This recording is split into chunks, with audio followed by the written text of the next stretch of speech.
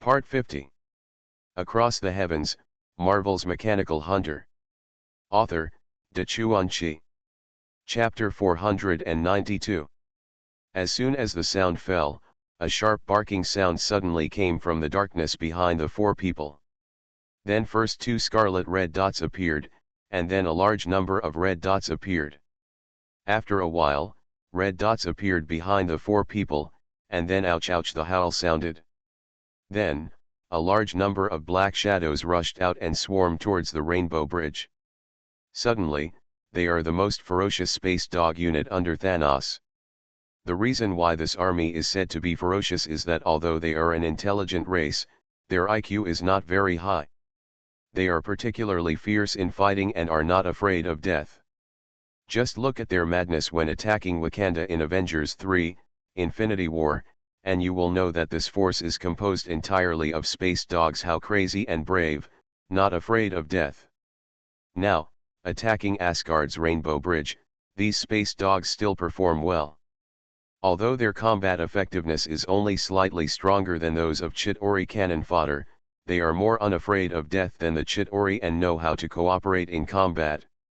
Even if the opponent is a divine warrior known as the Kingdom of God, who is much stronger than them, they are fearless and surround an Asgard soldier in groups, bite, and attack.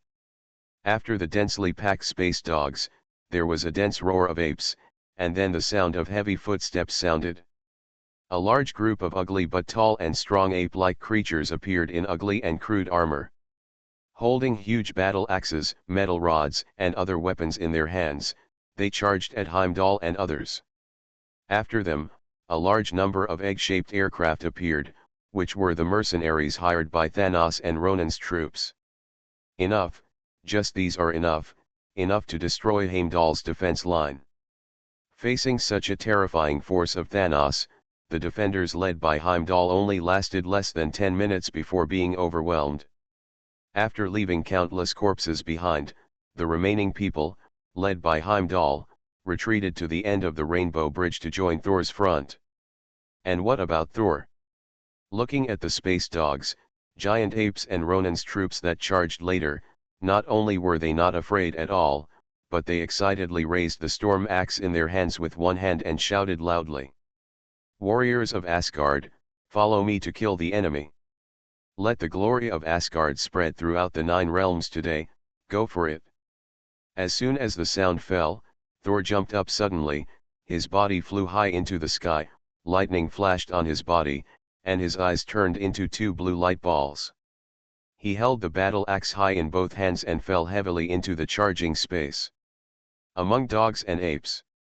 The battle axe struck the ground heavily, and the light of thunder and lightning flashed and danced everywhere, blasting no less than 100 space dogs and a dozen apes around him into dregs.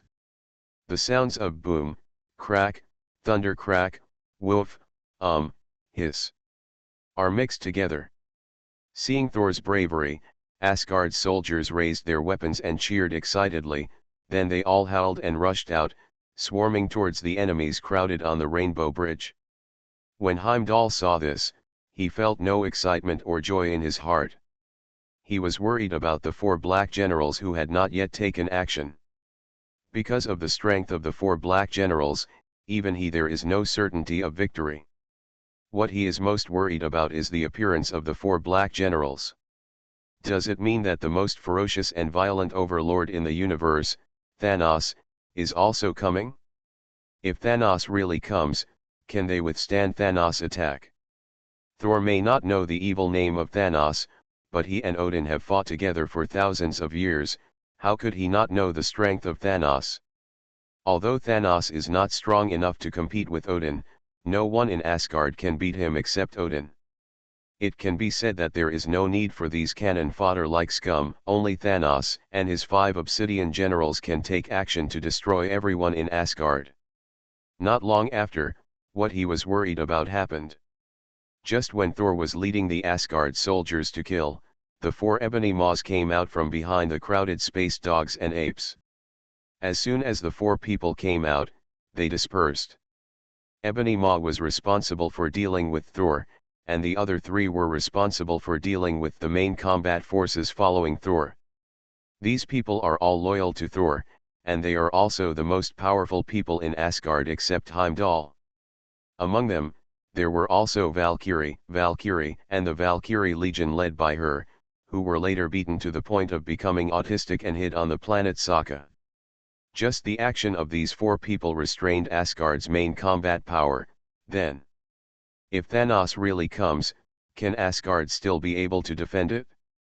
Heimdall was worried in vain.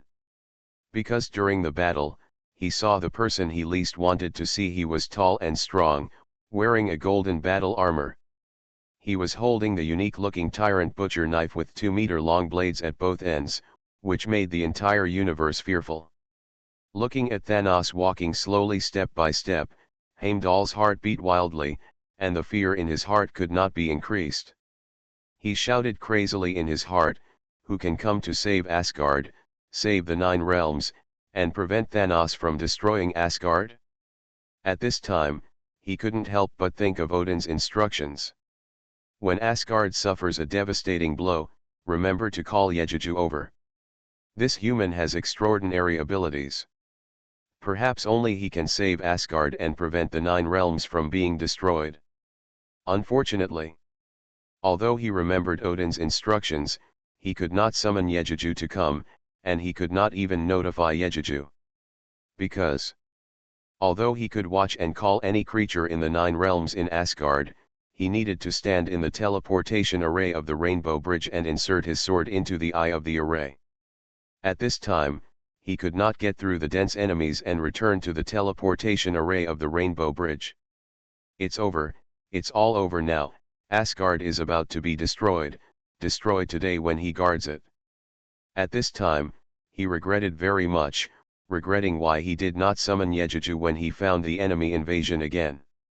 Just when he was extremely frustrated and regretful, Thor also found the most eye-catching Thanos. He had only heard of Thanos, but he didn't know him. When he saw the man coming, he immediately thought of the strategy of capturing the leader first. So, Thor abandoned Ebony Maw, who was fighting him on equal terms, and rushed towards Thanos. Seeing Thor's move, Heimdall didn't even have time to say a word to stop him. Thor had already rushed in front of Thanos. He unceremoniously chopped down the head with a battle axe with arc light. Across the Heavens, Marvel's Mechanical Hunter. Author, Chi. Chapter 493. Dang, a long sound of metal clashing rang out, and it turned out that Thanos easily raised the Tyrant Butcher knife in his hand to block Thor's powerful axe. Thor also fell to the ground at this time, and the battle started instantly. Unfortunately, Thor, who was usually very brave, seemed to have lost his previous bravery under Thanos's knife. After only a few confrontations, the storm axe in his hand was knocked away by Thanos. Then, Thor, who had no weapon, was grabbed by the neck by Thanos and lifted up. Comedy, right? Thor, the god of thunder in Norse mythology, was lifted up by Thanos like a dog being pinched to death. Few people would believe it if they told him.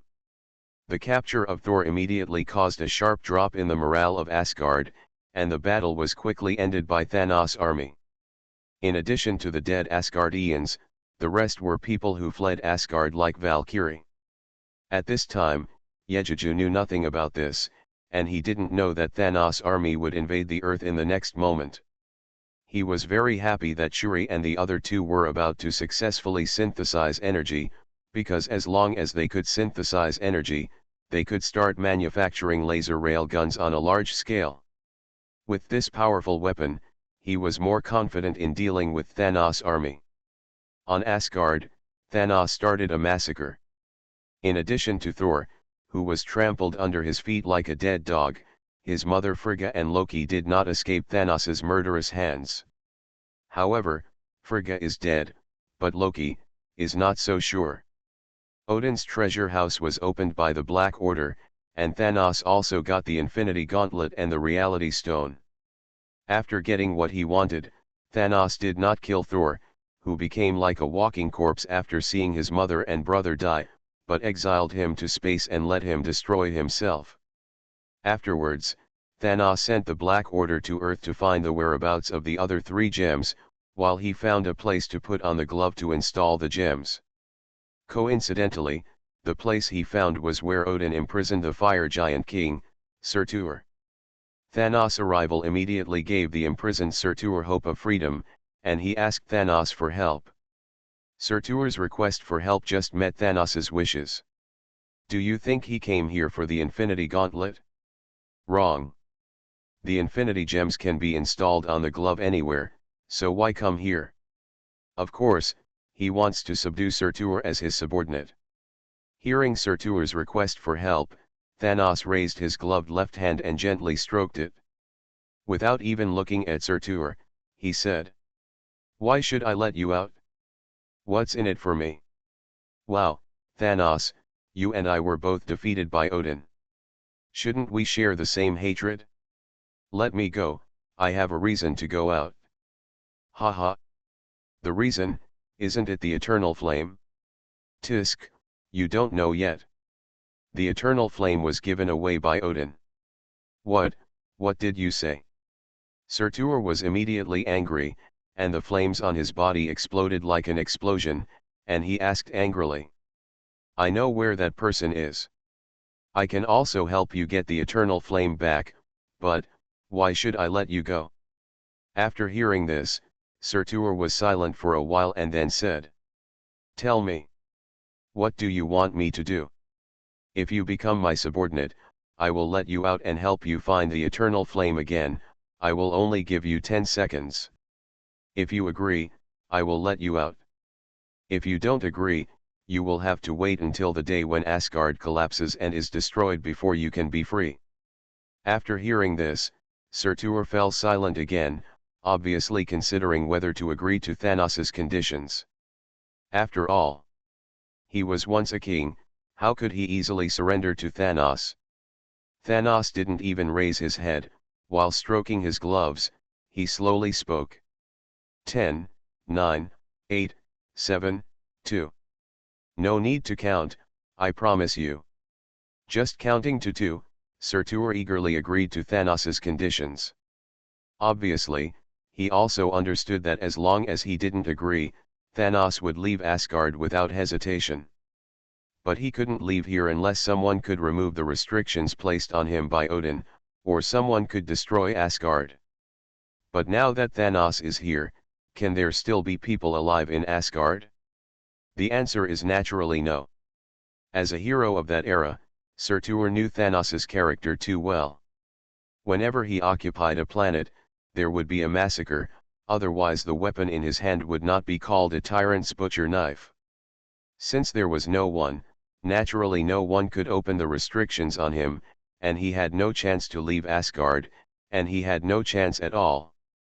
As for the destruction of Asgard, what a joke, even if Odin was gone here, who in the universe could destroy a planet except for a few strong men?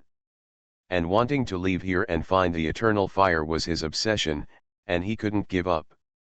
So, he had to agree to Thanos' conditions. Thanos smiled when he heard this, looked up at Surtur who bowed his head in submission, and raised his left hand. With his left hand wearing a wireless glove, he easily punched the restriction on Surtur. At the same time, Yejuju and the other 4 also successfully synthesized the energy element, and the laser railgun could be mass-produced. Just when the 4 were happy, they didn't know that a large number of space battleships were heading to the Earth. Of course, because there was no space wormhole, they needed some time to reach the Earth. But this time would not be too long, at most half a month, which was exactly the day before Yejuju's next time traveling through time and space. In the following time, Tony transported a large amount of materials to Wakanda and began to manufacture laser railguns in large quantities. And to manufacture such weapons, each one cannot be manufactured in a short time. It takes at least 3 days to complete the parts and energy devices required for a cannon. In other words, if there are no large amounts of materials and manpower, at most 5 can be built in half a month. This is because in Wakanda, there is a mechanical arm made by Shuri that is the same as Tony's, otherwise, it will take longer to manufacture one. Even if Tony later airlifted his Xiao Dai and a large number of mechanical arms, he could only manufacture 3 in 2 days at most. In other words, when Yejuju didn't know that Thanos' army was about to arrive, he could make at most 22 laser railguns. However, compared to the big guys in Thanos' army, these are actually enough. It must be said that Yejuju's sudden impulse to bring Tony to Wakanda was a correct thing to do. You are listening to Novels at Bless Up channel. Wish you happiness and luck. Please subscribe to receive new novels. How do you feel about this novel? Please like and leave a comment. Across the Heavens, Marvel's Mechanical Hunter. Author, Chuan-Chi. Chapter 494. Half a month is actually very fast. Rightward arrow. Just when Yejuju was slightly excited that he could travel through time again tonight. The SHIELD building in New York was attacked by Thanos' army. There is no way, the first thing Obsidian 5 will look for when they come to Earth is Vision staying in the building, and naturally they will find the head of SHIELD. Without the 3 main combat forces of Yejuju, Tony and Hulk, SHIELD was completely unable to resist. Even with the powerful forces of Team Rice, Vision, Scarlet Witch, and Quicksilver, it would be difficult to withstand the attack of the 5 Obsidian generals. What's even more ridiculous is that the aerospace carrier built by S.H.I.E.L.D. at a great cost was destroyed by Thanos' space battleship before it even took off. Facing such a terrifying enemy, Furyui simply took out his phone and contacted Yejuju. The call was connected, and before Yejuju could speak, he heard Furui's urgent voice saying, "Yeah, damn, where are you?" Hearing this, Yejuju couldn't help but feel doubtful.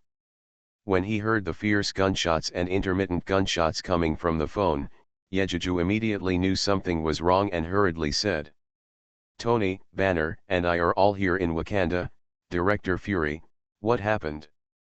There seems to be a war over there. What's going on?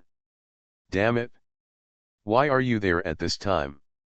Damn it, why are you starting a war? This is a one-sided massacre, and aliens are coming. Isn't it right? During this time period, there should be no alien forces invading the Earth." Yejuju said it subconsciously, and immediately reacted.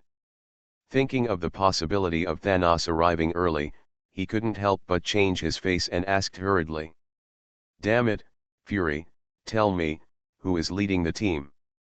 Damn it, how do I know who it is, shit. There are 4 people leading the team, and they all look weird. One of them can float in the air and can control metal, ice, vines, etc. to attack. There is also a giant who is no lower than Hulk, very powerful, and his weapon is a huge double-edged axe. There's also a guy wearing a black cloak and wielding a death scythe and a woman wielding a spear. Oh, damn, what time has it been? I'm still talking nonsense to you. You should bring Tony and the others over here quickly and teach these damn aliens a lesson." Hiss. After hearing Furui's words, Yejuju couldn't help but take a breath of cold air, but he was thinking in his heart. What was supposed to come, has it come yet? But he said to Furui solemnly, "Vision should be at your place, right?" "Yes, but he is no match for those people. He was pushed to the ground several times by the guy holding the death scythe. If Wanda hadn't rescued him, he would have been killed long ago." "That's right, those 4 people are the 5 black generals under Thanos. Their purpose of coming to Earth is to get the Mind Stone on Vision's forehead. I don't care about Thanos or the 5 Obsidian generals. I just ask that you come over quickly to support this place. Do you understand? It's useless for us to go there. Without powerful weapons in this battle, we can't defeat it at all." Before Yejuju finished speaking, Furui angrily interrupted and cursed. "You damn, shit-like guy, are you a coward?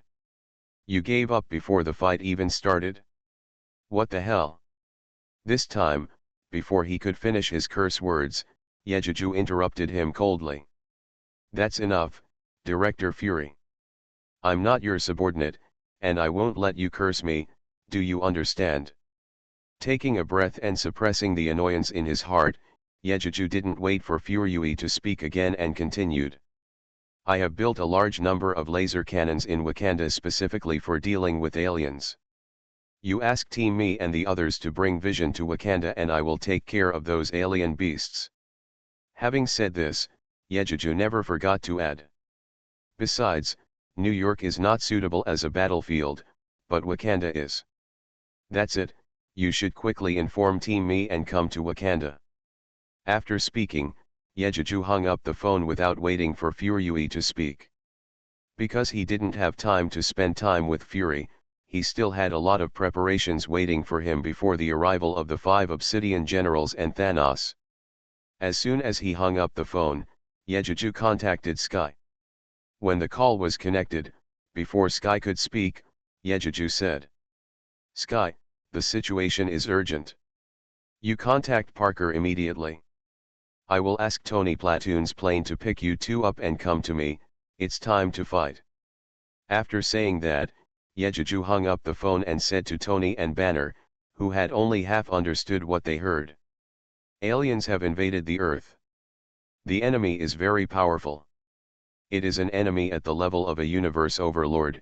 Their purpose of coming to the Earth this time, is to fight for the 3 Infinity Stones on the Earth.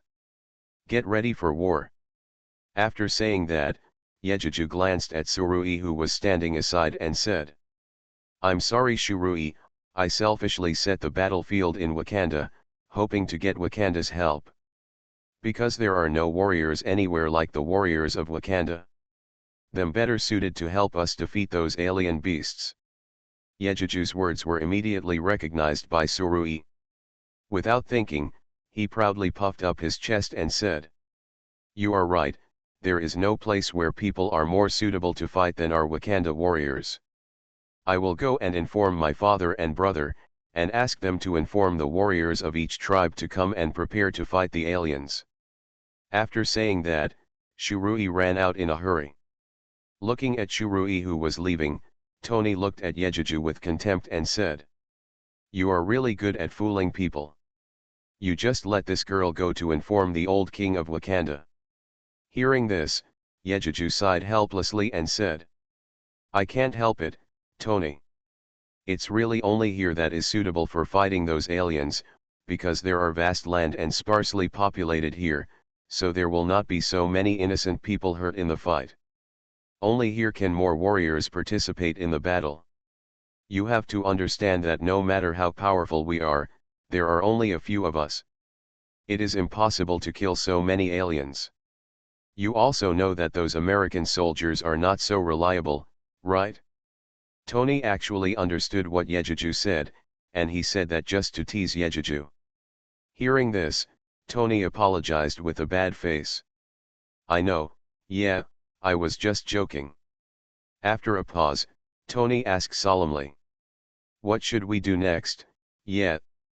Hearing this, Yejuju took a deep breath, looked at the boxes of parts for the laser railgun in the huge laboratory and said. First, contact your people to bring Sky and Parker here, they are both very powerful fighters. Across the Heavens, Marvel's Mechanical Hunter. Author, Dachuan. Chapter 495. After a pause, Yejuju continued. Secondly, once old T'Challa agrees to go to war, immediately ask him to send people to install laser rail guns. These will be our must-kill weapons against the big aliens. After saying that, Yejuju glanced at Tony and then at Banner, whose eyes were a little evasive, and said. Writing this, I hope readers will remember our domain name Taiwan Novel Network Rightward Arrow. Get ready to fight. After saying that, Yejuju took out the sky shuttle from the space, stepped on it, and flew out of the window of the room. He wanted to check the terrain so that he could arrange his troops. Let's talk about Surui. It has to be said that Wakanda's old T'Challa is a character. When he learned that aliens had once again invaded the Earth, Yejuju arranged the battlefield in front of his home. To be honest, old T'Challa hated Yejuju a little, but after Surui relayed Yejuju's words, only the warriors of Wakanda are the best warriors. Both old T'Challa and young T'Challa were proud. The warm blood that had been sleeping in their chests and passed down to the Black Panther was activated, and their complaints disappeared instantly. Old T'Challa immediately ordered to notify the leaders of each tribe and summon the strongest warriors in the tribe to prepare for battle. After doing all this, old T'Challa looked at his son who was full of fighting spirit beside him, pondered for a while and made a decision. He looked at his son and said, "Boy, originally I shouldn't have passed on the Black Panther uniform representing the king to you right now, but..." Having said this, old T'Challa paused, glanced at little T'Challa who was a little excited and a little frightened after hearing this, and then continued. "I'm old, even if I put on the Black Panther suit, I can't kill many enemies, but you are different. You are my son, my pride, and the best warrior in Wakanda. Now I will pass on the Black Panther uniform to you, and I hope you will fight your enemies bravely in battle." Hearing this, the excited little T'Challa knelt on one knee with a bang and said with admiration and respect, "Father, I will do it. I will never let the Black Panther suit be shamed." Hearing this, old T'Challa pulled up little T'Challa who was on the ground with satisfaction, took off the necklace containing the Black Panther suit from his neck, and put it on little T'Challa's neck. Yejuju didn't know that because of his appearance, before the old T'Challa was killed, the young T'Challa inherited the Black Panther suit. He has now surveyed the entire terrain of Wakanda. Pity the area here is almost flat, except for the woods, which is not suitable for an ambush at all. Although the woods are lush, most of them are low shrubs, making them even less suitable for ambush. In the end, Yejuju had no choice but to start a battle with Thanos' army, just like in the movie. But he also has a laser rail gun as a big killer. As long as it is placed behind the array at that time, it will definitely deal a devastating blow to Thanos' army. At least, the space battleships and Leviathan beasts among them should not be thought of as having any role. At this moment, Thanos has taken his daughter, Gamora, who has not betrayed him, to Vormir to find the Soul Stone.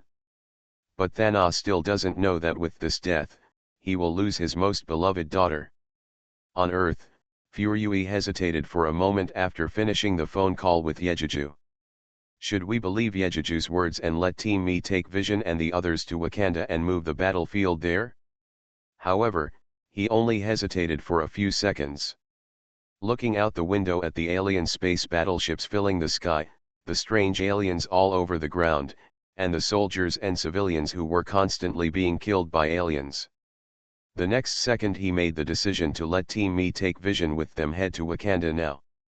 The Me team, who was fighting the aliens in a panic, took the time to receive Fury's transfer order. They were a little confused at first. After Fury explained the purpose of the transfer, the Me team accepted and executed the order without hesitation. Speaking of which, the Me team still believes in Yejuju. At least, after so many battles, they would not have defeated the enemy so easily without Yejuju. The order was given, and Natasha rushed back to S.H.I.E.L.D. without hesitation and launched a fighter plane. At low altitude, the rear door of the cabin was wide open.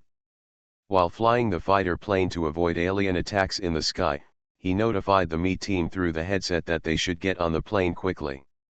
The Me team used a shield to fly away the aliens who rushed in front of them, and shouted to the few people who were still fighting. "Barton, you, Wanda, and Quicksilver get on the fighter plane first. Falcon, Vision, and I are behind. We are going to take all these alien bastards to Wakanda. There, Ye has already prepared a feast for these bastards. Don't hesitate and act quickly." After hearing what the Me team said, Barton only hesitated for a moment, then shot an arrow with a hook and hit the tail of the fighter plane. He borrowed a rope to get on the fighter plane, followed by Wanda and Quicksilver. Then, the Me team, Falcon, and Vision, who were at the back, also got on the fighter plane one after another. Natasha didn't wait for the cabin door to be completely closed before she started the fighter engine. With a buzz sound, She quickly flew towards Africa at a speed several times the speed of sound. Behind the fighter plane, Ebony Maw flew in the air and chased after him. However, the remaining 3 people could only catch up after gathering all their hands back to the battleship. Naturally, under Fury's order, the human soldiers on the ground all stayed behind the bunkers, watching Thanos' army board the warship and chase to Africa. At the same time, Doctor Strange Stephen saw the end of the war through the Time Stone, and summoned Wong and a group of magicians without hesitation, opened the portal and came to Wakanda. And the portal opened by Stephen appeared strangely in front of Yejuju. Looking at the portal flashing with sparks in front of him, Yejuju was curious about why the magician of Kamar-Taj appeared here, but he was not surprised at all.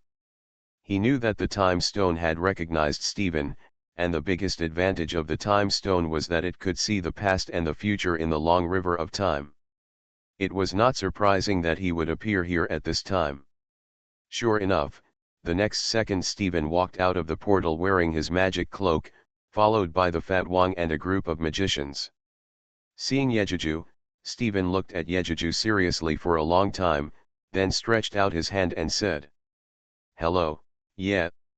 I am Stephen, the magician of Kamar-Taj.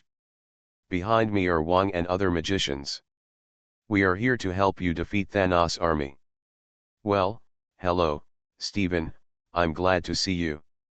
I'm also glad that the magicians of Kamar-Taj can come to help. I'll have to work hard for you all next."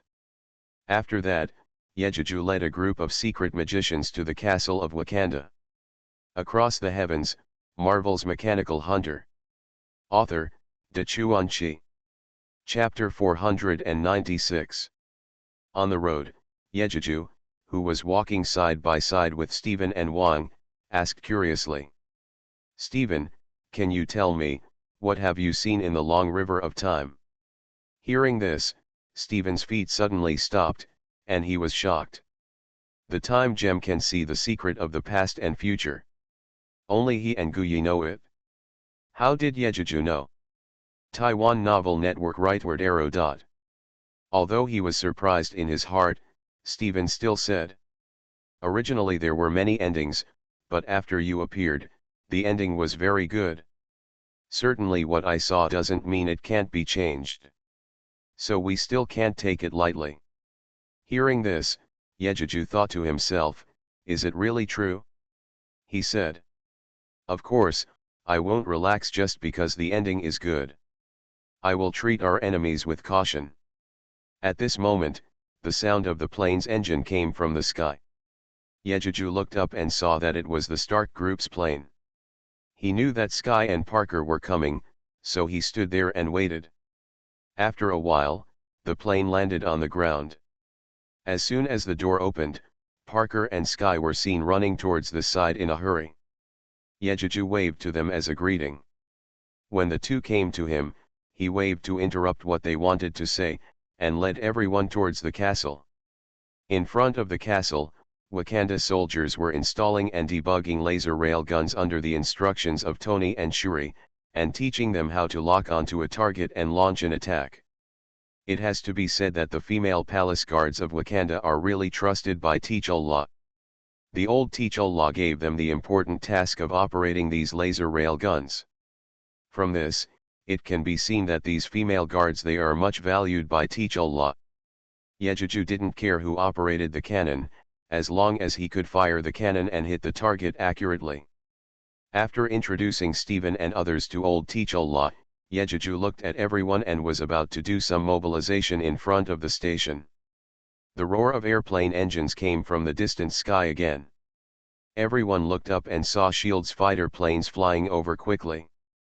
Before the fighter plane landed, Yejuju noticed with sharp eyes that there was a tail behind the fighter plane.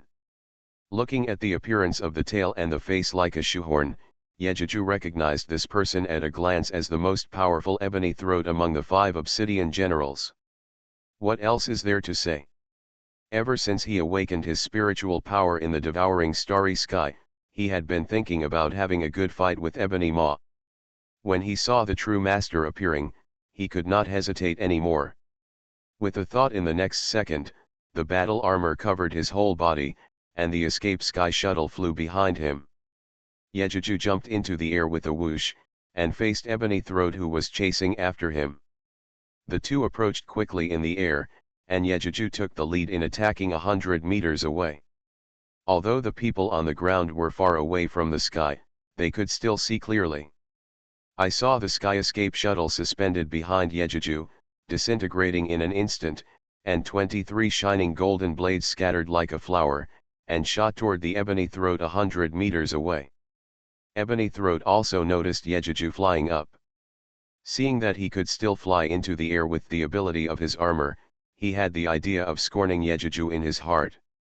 Seeing Yejuju shoot more than 20 blades at him, he didn't understand the magic of Dunshinshuo at all, so without thinking, he raised his body and floated in the air. One hand was behind his back in a very pretentious manner, and the other hand reached out and activated his telekinesis, trying to control these blades and shoot them back to kill Yejuju. What a pity. It's also about mental power. His ability level is much lower than that of Yejuju. Not to mention that Dunshinshuo is something labeled by Yejuju's mental power. How can he control it? At most, the mental power can only block the flying knife for a while. On the ground, the plane had stopped, and Team Me and others walked out of the cabin, just in time to see the remote battle between Yejuju and Wu Muxiao in the air. When Ebony Maw's mental power came into contact with the incoming blade, he knew it was bad.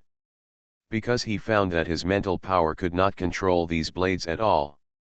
In a hurry, he only had time to use his mental power to block the flying speed of the blades before the blades came close to him. What an Ebony Maw, he is worthy of being the strongest among the 5 obsidian generals. Just before the blade was about to approach, his mental power was activated, and a dense spike formed by his mental power was instantly formed in front of him, blocking him. Don't underestimate these spikes. These spikes are all formed by his mental power. Their hardness and sharpness are not inferior to those of vibranium metal. Although he was still vulnerable to the blade of Dunshinshuo, it was able to offset the impact of the blade and block the attack of the blade. After a sound of dinging like beads falling on a jade plate, Wu Muhao's body was constantly shaken by the impact of the blade and couldn't help but retreat. Finally, before all the mental spikes were shattered by the blade, he completely blocked Yet. This wave of attacks lasted for a long time. The blade exhausted its impact and flew back in front of Yejuju. The two looked at each other 50 meters away. After a fight, Yejuju couldn't help but feel a little disappointed, and was very disappointed with Ebony Throat's fighting power. Compared with Swallowing Starry Sky, Ebony Maw may not be considered a spiritual master, but his overall combat power is only that of a high-level war god. It was actually quite different from Yejuju's expectations. He originally thought that since Thanos is the overlord of the universe, and Ebony Maw is his strongest fighting force, his strength should at least surpass the God of War level. Unexpectedly, it was just a battle of mental power. Although Wu Muhao was not injured and lost, he could not be Yejuju's opponent. If Yejuju wants to kill him, it won't take much time. Don't forget, Yejuju not only has spiritual power, but also domain power, and wants to kill him. It's just the power of a domain. Under the power of the domain, Yejuju can't let Yejuju squeeze it into a round shape. The people on the ground who saw the scene became excited. Not to mention the people in Wakanda and the magicians who didn't know Ebony Maw, the people in the Me team who had seen Ebony Maw take action all let out gasps. Especially Quicksilver, who gasped and looked at his sister Wanda beside him, couldn't help but ask. Wanda, what kind of ability is this? Is it the same magic as you? Without waiting for Wanda to answer, Steven said. It's not magic, it's pure mental power. It's completely two systems from the power of your sister's chaos magic. Hearing this, everyone looked at Steven with curiosity in their eyes. You are listening to Novels at Bless Up channel. Wish you happiness and luck. Please subscribe to receive new novels. How do you feel about this novel? Please like and leave a comment. Across the Heavens, Marvel's Mechanical Hunter. Author, Dachuan Chi. Chapter 497. Seeing this, Stephen shrugged and explained. Wanda's ability can be classified as magic, which is a very rare chaos magic that can control all matter in this world. And yes, mental power is equally rare and can also control all matter. The difference is that the methods of cultivation and improvement are different. At this point, Stephen paused before continuing. I hope readers will remember our domain name Taiwan Novel Network Rightward Arrow. You also saw that the weapon floating next to Ye is actually his exclusive weapon, which can greatly enhance the attack power of his mental power. This is also the reason why you saw that he only used more than 20 blades to repel the alien. As he was talking, the unpleasant voice of Ebony Maw, like sawing wood, came from the sky. Who are you? Are you also a mentalist? Why do you want to stop me? Do you want to be my enemy? I advise you. Yejuju shrugged, interrupted his nonsense, looked at Ebony Maw with contempt and said. Don't care who I am, this planet is my territory, and you alien bastards are not welcome.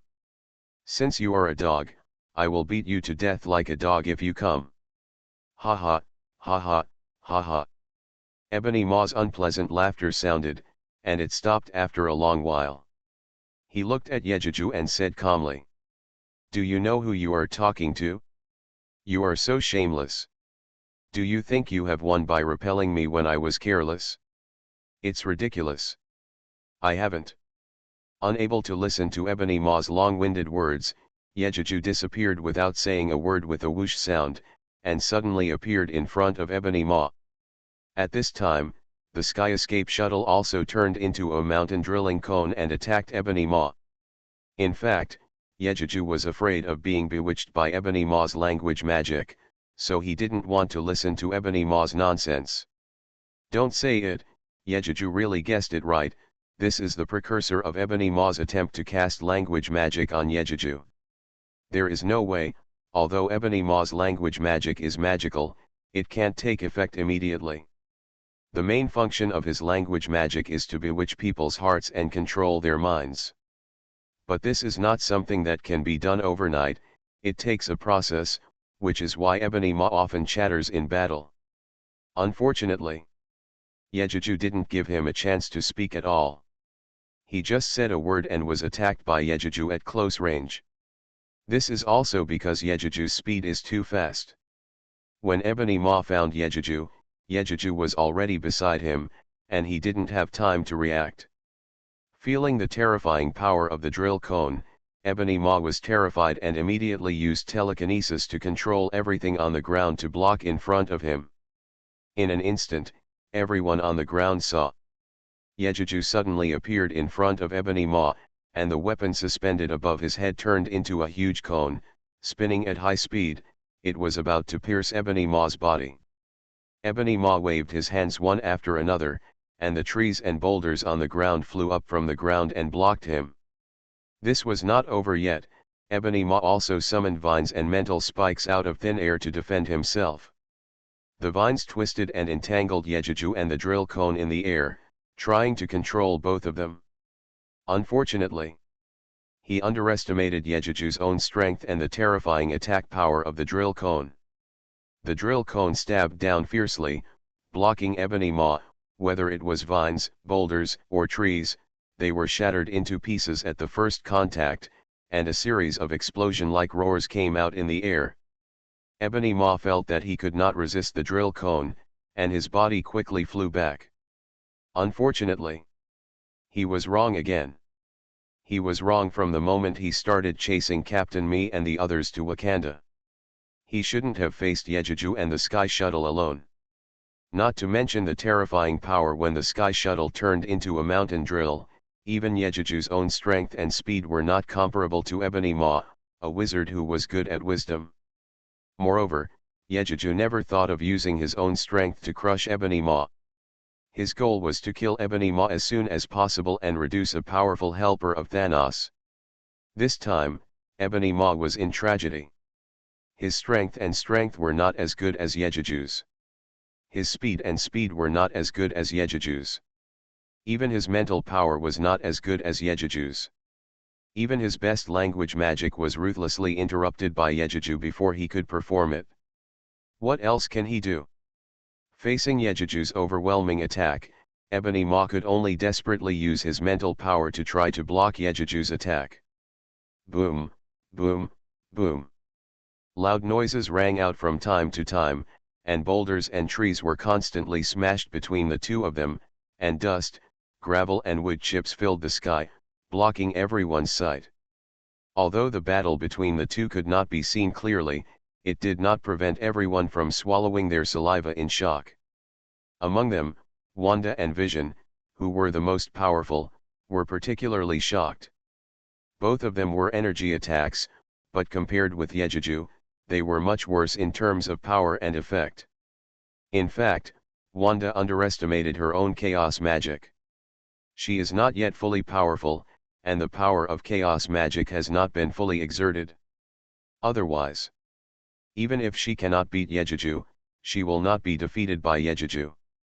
Didn't you see that in order to save Vision, Wanda burst out, and she could even temporarily control Thanos' left hand with the Infinity Gauntlet? A few minutes later, I don't know whether Ebony Maw's mental power was exhausted, or Yejiju's attack was too abnormal. Anyway, when the explosion in the air ended, it was mixed with an extremely shrill scream. Yejiju retreated from the smoke and dust, and the sky shuttle, which had been restored to its original state, was suspended beside him. Guessing that the battle had come to an end, everyone looked towards the center of the smoke and dust. After waiting for the smoke and dust to dissipate, they saw an empty mid-air with nothing left.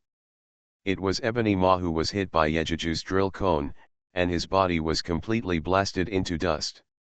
Hiss. The sound of everyone sucking in a breath of cold air came out of everyone's mouth. There was no way, this attack was too terrifying, not even a piece of flesh was left. What kind of attack could do this? Yejiju looked at the empty air again, and then flew back from the air. When he fell to the ground, seeing everyone's expression of seeing a ghost, Yejiju shrugged and said, "He is too weak, and this happened accidentally." Everyone, is the opponent too weak? It's you who are too strong. This is what everyone thought. Across the Heavens, Marvel's Mechanical Hunter. Author, Chuanchi. Chapter 498. At this moment, a large black shadow appeared in the distant sky, and a buzzing roar came from the air. Everyone, including Yejiju, all looked together and saw that the large black shadows in the sky turned out to be countless huge space battleships, flying in neat formations into the sky far away from Wakanda. Writing this, I hope readers will remember our domain name Taiwan Novel Network rightward arrow Diamond Suit. Just as everyone was stunned and noisily preparing for battle, the space battleship suddenly stopped in the sky in the distance. Well, what's going on? Why isn't the enemy moving? Everyone was still wondering why the enemy didn't launch an attack immediately, but they didn't expect it. This is just the 3 remaining Deathblade generals. After seeing the death of Liu Muhao from the surveillance screen, they were frightened by Yejiju's strength and did not dare to launch an attack rashly. Seeing Yejiju's power with their own eyes, the 3 generals of Deathblade immediately killed Ebony Maw. The news that the enemy was too powerful was sent to Thanos, and they were waiting for Thanos' orders. At this time, Thanos was kneeling on one knee in the water pool under the soul altar. Thanos, who was heartbroken over the loss of his daughter, received the message, and his sad eyes immediately converged. His eyes suddenly burst into flames, and he stood up from the pool with a swish sound. The left hand wearing the Infinity Gauntlet clenches a fist, revealing 3 gorgeous gems of purple, orange, and red that have been installed on the glove. These are the 3 gems he has obtained now, namely the Power, Reality, and Soul gems. Diamond Suit, Diamond Suit, Diamond Suit, Diamond Suit. For a hero like him, spending a few minutes remembering his lost daughter is enough. Since the people on Earth didn't know how to resist, they even killed Ebony Maw. then there is no need for humans on Earth to continue to exist. He will naturally go to Earth in person to kill those who dare to resist him, and then get back the remaining 3 gems, and then he can fulfill his lifelong wish. Thinking of this, Thanos strode out of the pool, returned to the battleship, and asked his men to start the battleship and fly to the area. Wakanda. Seeing the alien battleship parked in the sky in the distance, everyone was surprised and couldn't help but look at Yejuju. What they don't know is unknowingly, they had regarded Yejuju as their backbone. Yejuju looked at the densely packed alien battleships in the distance with solemn eyes, and what he was thinking in his heart was, it seems that the remaining 5 Obsidian generals are not so brainless. Not moving for half a day, he must be waiting for Thanos to arrive. In fact, he still couldn't figure out why the 5 Obsidian generals were so rampant in the play, and why they became so timid when they came to him. How could he have imagined the strength of these superheroes on Earth in the movie? But they didn't take it seriously. But here, Yejuju killed Wumuhau so easily, but it frightened them. Even though they all look vicious, none of them are stupid. Even the black dwarf looks the most stupid, big, black, and thick. He's not a stupid person, otherwise, how could he have stayed under Thanos' hands for so long without dying? After thinking for a while, Yejuju understood what the other party wanted to do. It's nothing more than waiting for reinforcements. Otherwise, how to explain it? Since the opponent is not in a hurry to attack, Yejuju will naturally not be the first to attack. It's not that Yejuju couldn't bomb these warships with laser railguns first. He was worried that after destroying them, if Thanos came and if he changed his tactics, it would be difficult to handle. Seeing that Yejuju had not issued an order for a long time, Captain Me said anxiously, "Yeah, why don't you use your cannon to blast away their warships before they launch an attack?" Hearing this, Yejuju turned around and looked at Captain Me. Seeing that everyone was also curious about knowledge, he did not hide his purpose and explained, "It's not that I don't want to do it now, but since the laser railgun is our big killer weapon, it will naturally be used at critical times." After saying that, he paused for a moment. Seeing how many people still didn't know what they were talking about, Yejuju sighed secretly and said to himself, "Who are these people? He just knows how to be reckless and doesn't understand any art of war." But he didn't know that he himself was just a layman who knew the 36 strategies, but he was acting as a military master here. Although he thought so in his heart, Yejuju continued to explain. "If I used laser orbital cannon to bombard Thanos' space battleship now, if Thanos comes later, he will definitely be afraid of the power of the laser cannon and will change his tactics to kill our cannon first. This would be very detrimental to us. In this case, why don't we wait until he arrives, and then use cannons to annihilate all his main forces together? Wouldn't it be better?" Although Yejuju said yes and no, everyone still understood what he meant. Although everyone was still a little worried about whether there would be other troops after Thanos arrived, they still felt that Yejuju was right. A killer weapon like a laser railgun should only be used at critical moments.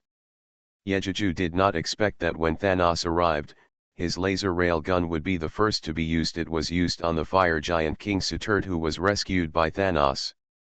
At this time, Thanos first returned to Asgard, picked up the flame giant king waiting here, and then headed to the Earth together. But if Thanos wants to come to Earth, it will be much more convenient. Because he has wireless gloves and 3 Infinity Stones, Thanos can easily open the space-time wormhole to the Earth using the power of the 3 stones. At this time, when Yejuju looked up at the sky out of boredom, he happened to see the space-time wormhole opened by Thanos. As soon as he saw the wormhole, Yejuju knew something was wrong, and immediately flew into the sky and shouted to everyone on the ground, "Everyone, be careful! A space-time wormhole has opened in the sky. If nothing else, Thanos is coming. Get ready for battle." As soon as the sound fell, everyone looked at the sky and were instantly shocked by the huge wormhole in the sky. This was not over yet. At this moment, A huge roar, louder than thunder, came from the space-time wormhole. Then one was first detected from the wormhole. Even from an altitude of several thousand meters, it looks like huge, boundless, red, flaming legs. When seeing such giant legs, others may not know what they are, but Yejuju reacted instantly. In Marvel, there may be many guys with red skin and flaming bodies. But there is no one with such a large size except the fire giant King Suturt. There is no one else.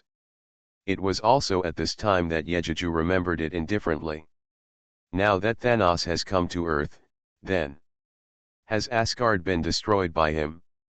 Thinking of this, Yejuju couldn't help but feel a little angry in his heart, angry at Thor's arrogance. Across the Heavens, Marvel's Mechanical Hunter. Author, Dachuanchi. Chapter 499. If I had teleported myself to Asgard when Thanos invaded Asgard, maybe I could have killed Thanos in Asgard, and I would have avoided Thanos from hitting my doorstep. Although he complained about Thor's unreliability in his heart, Yejuju did not dare to be careless at all. Compared with Thanos, Yejuju was still a little bit afraid of Surtur. It's not that Yejuju couldn't beat Surtur, but this guy's destructive power, it's really too terrifying. Thanos's glove gems are not yet collected, and he can't snap his fingers and kill half of the people in the universe. Even if he has the bonus of 3 gems such as strength, his size is there, and his destructive power is there. Yejuju is not afraid of him at all. But the Flame Giant King is different. You know, the Flame Giant King is more than 300 meters tall. With this height, Yejuju will have to spend a lot of effort to kill him. Not to mention, the Flame Giant is good at controlling fire. Wherever he goes, he can set a sea of fire on fire, and even turn a place into a magma pool. In addition, he has the Flaming Sword, the Twilight Sword, which can split Asgard and kill the immortal Hela with one sword.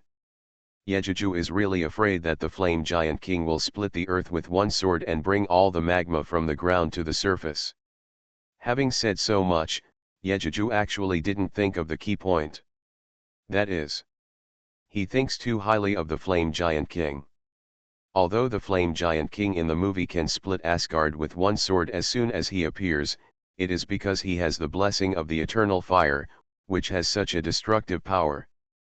And now, the eternal fire was taken away by Yejuju.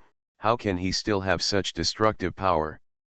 And Surtur, who is not blessed by the eternal fire, is just huge in size, and his strength is only at the same level as Hela. Even in some ways, he is not as good as Hela. Don't forget that as long as Hela stands on Asgard, she can use the power of Asgard to deal with the enemy. Although he was a little afraid of the Flame Giant King, Yejuju also knew that he was the only one on Earth who could deal with the Flame Giant King.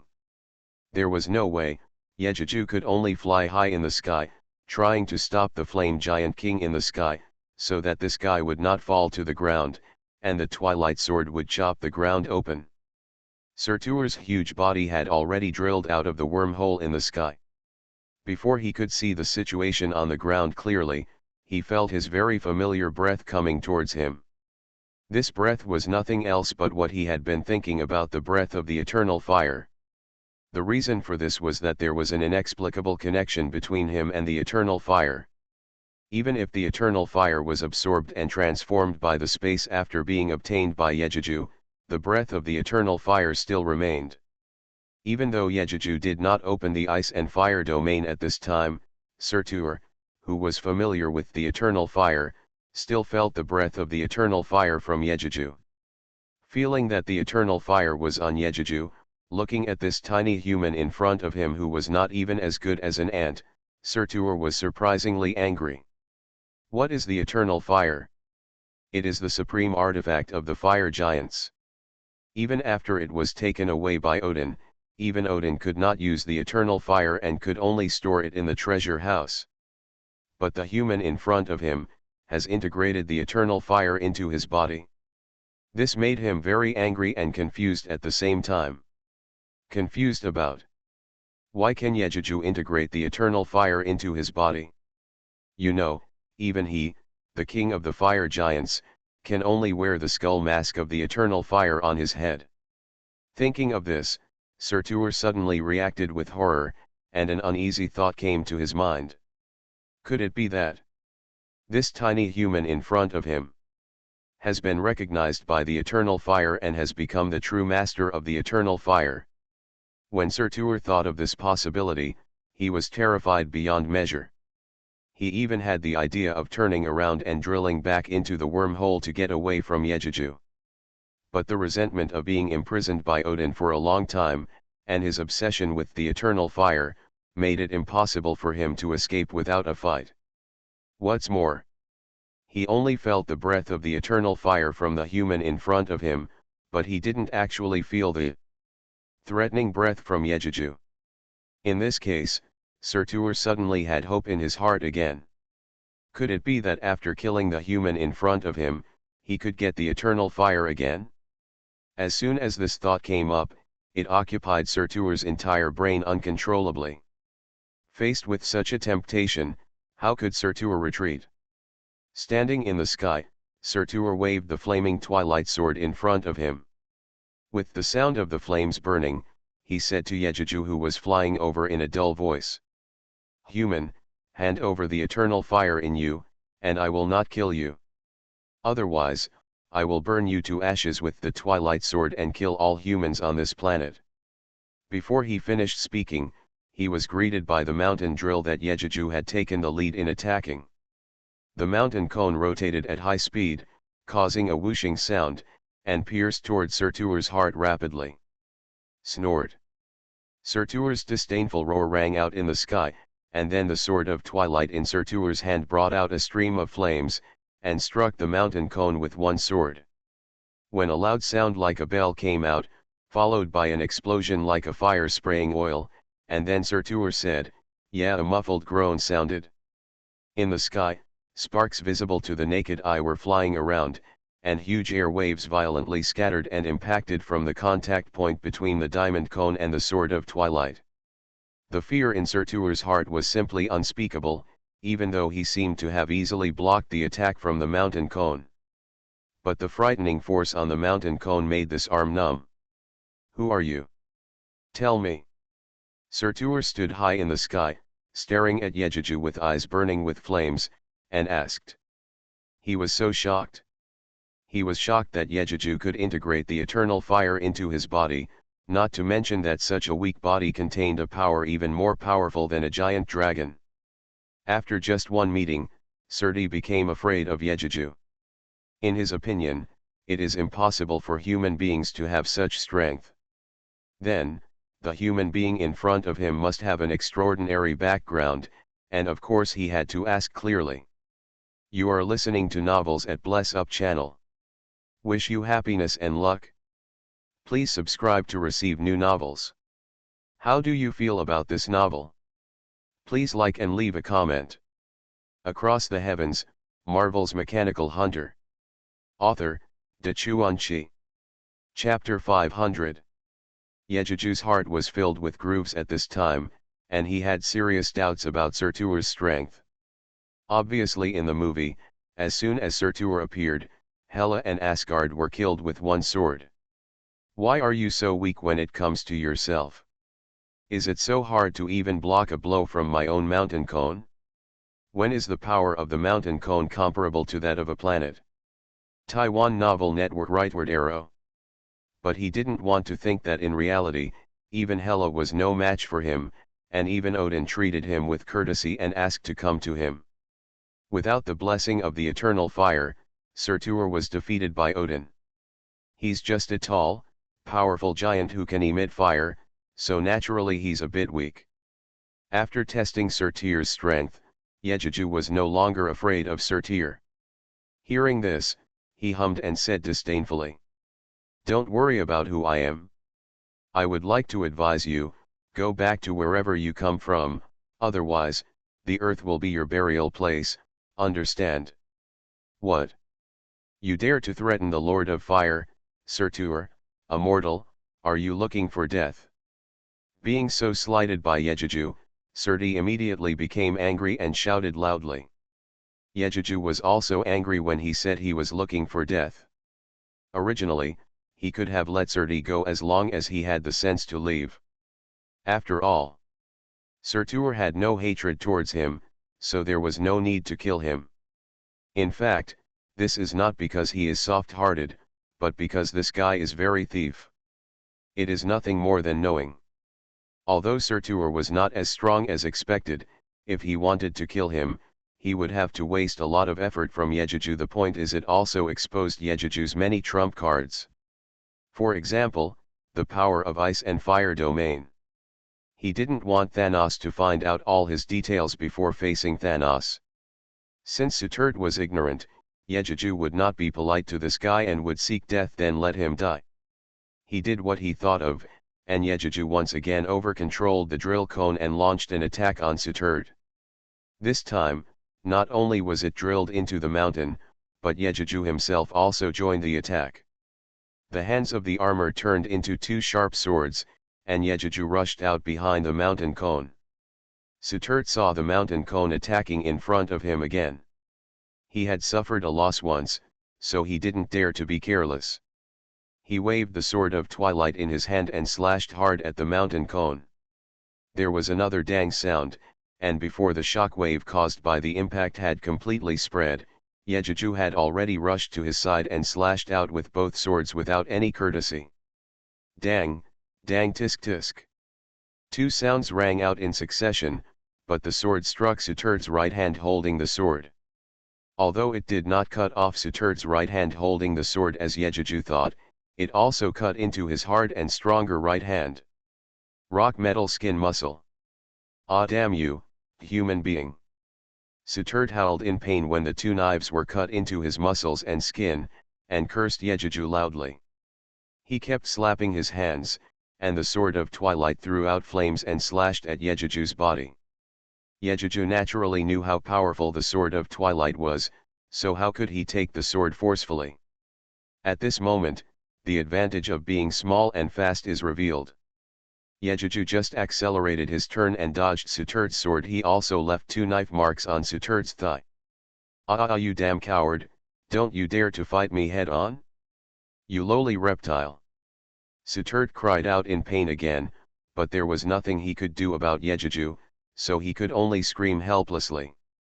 The scene of the two fighting was not only clearly visible to Tony and others, but also to Thanos and the remaining Black Knights. Thanos frowned tightly at this time. He had long known that besides the magician Ancient One, there were several so-called superheroes on the Earth. But he had never taken these so-called superheroes seriously, but he never expected that one like Yejuju would appear. Even the flame giant King Surtur can't help the humans. This made Thanos a little angry. It was not that he was afraid of Yejuju's strength. After all, no matter how strong Yejuju was, he believed that he would not be stronger than him, not to mention he also has the Infinity Gauntlet and 3 gems. Mainly because he felt that it would be difficult for him to obtain the gem if a human like Yejuju was around. It's just a slight increase. Since Yejuju and Surtur are fighting together, he can take advantage of this opportunity to lead his men to massacre all the humans present and get back the Mind Stone and Time Stone. He had sensed through the gems on his gloves that the Mind Stone and Time Stone were among those humans. Now that the gems were discovered, there was nothing to hesitate about. Thanos immediately issued an order to attack the remaining 4 black generals. For a moment, there was a dull buzzing sound in the sky, as the battleship engine started. Yejuju knew something was wrong when he heard the sound of the battleship starting up. He understood that this was Thanos starting to attack, so how could he be entangled with Surtur? Yejuju was straightforward. Since Surtur could not be killed in a short time without using the collision trump card, he would let this big guy die under the concentrated fire attack of the laser rail gun. Thinking of this, after leaving a wound on Surtur's body again, Yejuju immediately left Surtur's side and contacted Tony immediately. Tony, the laser rail gun can be opened, the opponent has started the attack. First, give me a concentrated fire, and blow up the big guy in the sky for me. Haha, okay, I have long wanted to test the power of the laser rail gun myself, Watch me. Tony's excited voice came from the headset, followed by the sound of Tony shouting and asking the royal female guards to lock the target and prepare for the bombardment. Suitor in the sky did not know that he had become the target of the laser rail gun. At this time, he was taking big steps and chasing Yejuju. Unfortunately, although he was tall and long-legged, and could take a step of dozens or hundreds of meters, he could not compare with Yejuju's speed of more than 2,000 meters per second. In just a few seconds, Yejuju was already several kilometers away from him.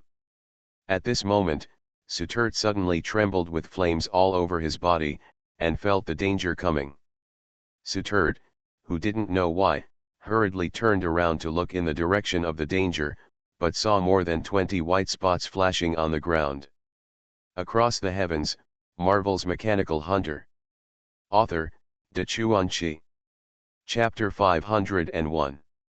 Just when he hadn't figured out why these 20-odd light spots gave him a sense of danger, he heard a hissing sound from the ground almost at the same time, and then more than 20 white beams shot towards him in the blink of an eye. The speed of the beams was so fast that he couldn't react at all. He felt as if his body was torn apart by something, and he felt pain all over his body.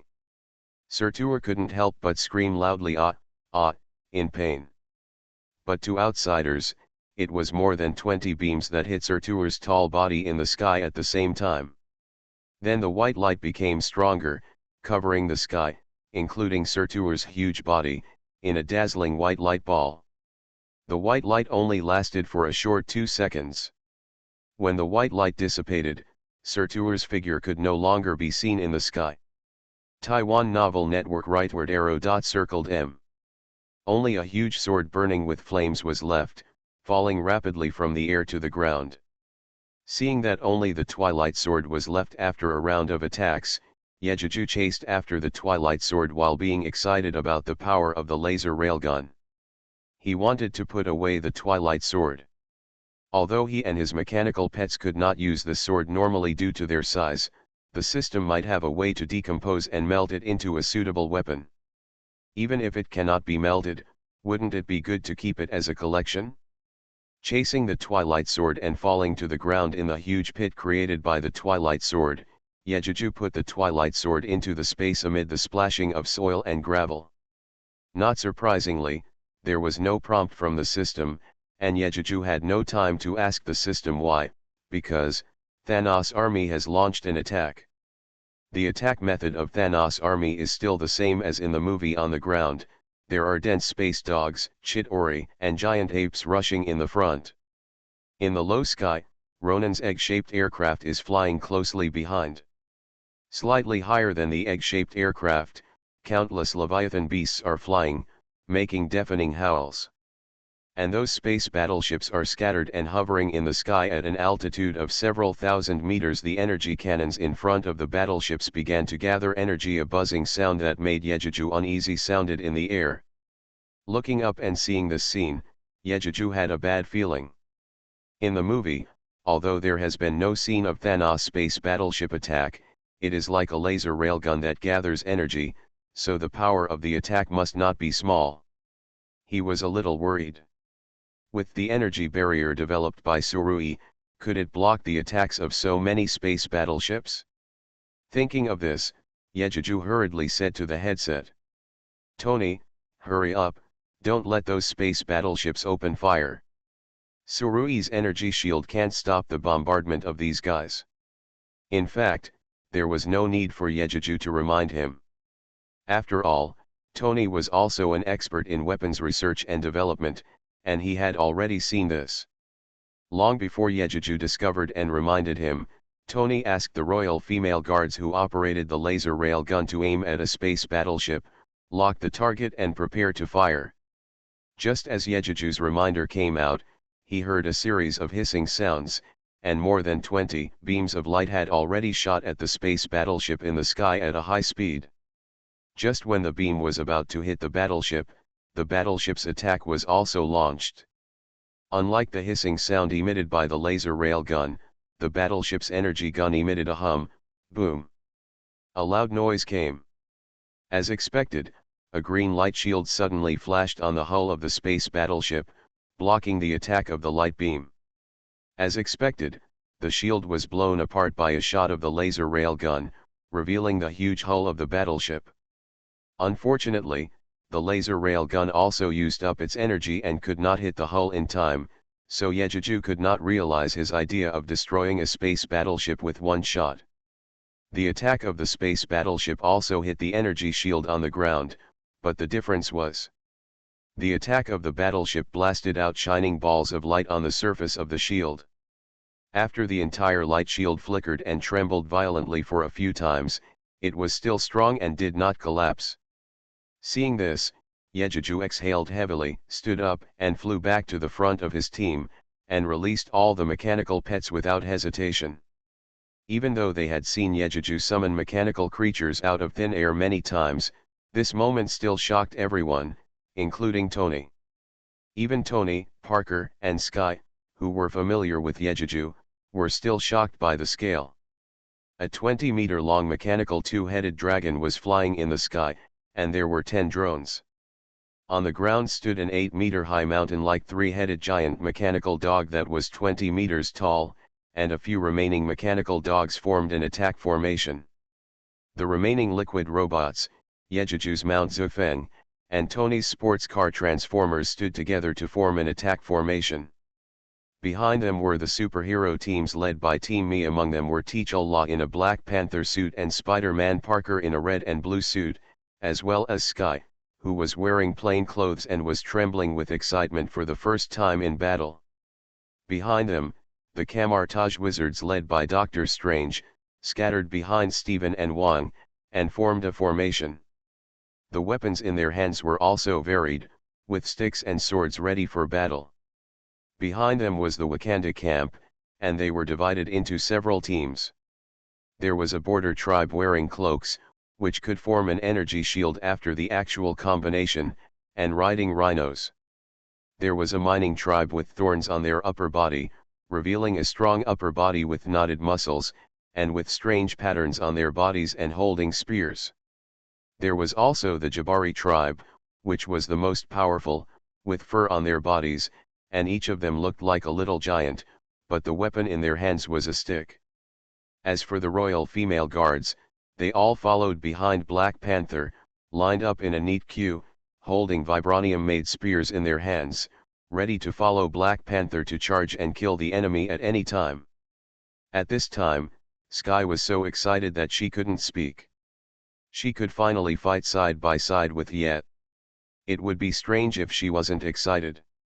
After the excitement, Sky looked at the space dogs that had already rushed to the energy shield in the distance, tearing it apart desperately, and forcing their way in but being cut by the energy shield. There were also egg-shaped aircraft hovering outside the shield, not daring to force their way in, and space battleships attacking the energy shield in the sky. Looking at Yejuju, who was floating in the low sky like a mountain, Sky made up her mind to fight with Yet to the end and let these damn alien bastards taste her power.